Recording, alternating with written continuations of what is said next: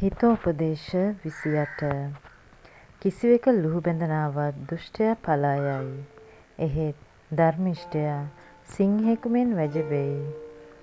කැරලිකාර රාජ්‍යයක නායකයෝ බොහෝ දෙනෙකි. එහෙත් නැණවත් පැනසර අයගෙන් යුත් රාජ්‍යයක් තිරසරව පවතී. දිලිඳුන් පෙළන දුෂ්ටයා අස්වැන්න වනසන මහා වැස්සක් වැන්න. නීතිරීති කඩන්නෝ දුෂ්ටයන්ට පැසසුම් කරති. නීතිරීති රකින්නෝ ඔවුන්ට විරුද්ධව සිටිති. නපුරු මිනිස්සු යුක්තිය තේරුම් නොගනිති. සමිඳුන් සොයා යන්නෝ එය මුළුමනින්ම තේරුම් ගනිති. වැරදි මග යන ධනවතාට වඩා හරි මග යන දිලිඳා අගනේය. නීතිය රකින්නා නැණවත් පුත්‍රයෙකි. දාමරිකයන් ඇසුරු කරන්නා තම පියාට නිගාවකි. වැඩි පොලියෙන් හා අයිතු ලාභයෙන් උපයන ඔබේ ධනය දිලිඳුන්ට දයාව දක්වන කෙනෙකුට හිමි වේ. දේව නීතියට කන් නොදෙන්නාගේ යෙදුම සමිඳුන් හට පිළිකුලකි. අවංක අය නපුරු මගට හරවන්නා තමා කැපූ වලේම වැටෙනු නියතය.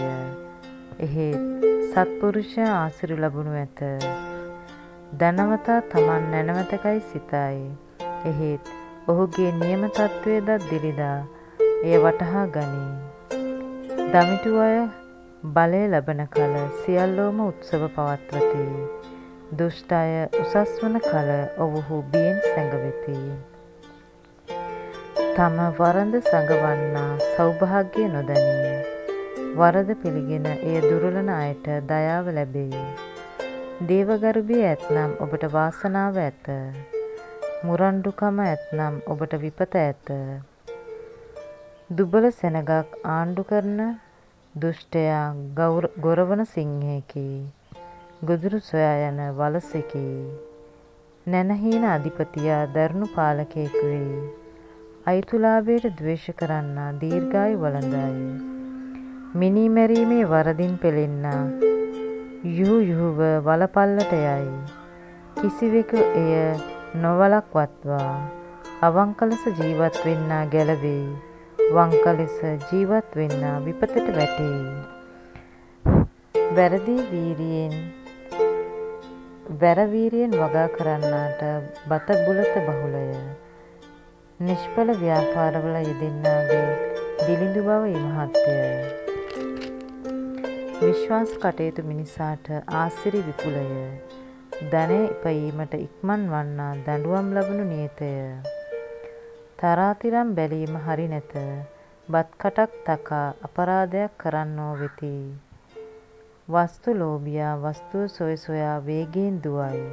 කවදා හරි හිඟමනට පැමිණෙන බව ඔහු නොදනී. කපටි ඉච්ඡාවට වඩා අවංක විවේචනය ප්‍රශංසනීයය. දෙමව්පියන්ගෙන් සොරාගෙන එහි වරදක් නැතැයි කියන්නා අන්ත හොරෙකි. තණ්හාව ඇත්තා කලහ අවුස්සයි. සමිඳුන් කෙරෙහි විශ්වාසය තබන්නාට සෞභාග්‍ය ඇත. හුදෙක් සිය නුවණෙහි රැඳෙන්නා මෝඩයෙකි. නැණවත් ලෙස හැසිරෙන්නා සුරැකිව වසන්නෙකි. දිලිඳුන්ට දෙන අයට කිසි හිඟයක් නැත. දිලිඳුන් දෙස නොබලන අයට අධික සාපය ඇත. නොදැහැමි අය බලයට පත්වන විට වැසියෝ බියෙන් සැඟවෙති. ඔවුන් වෙනසෙන විට දැහැමියෝ බලයට පත්වෙති.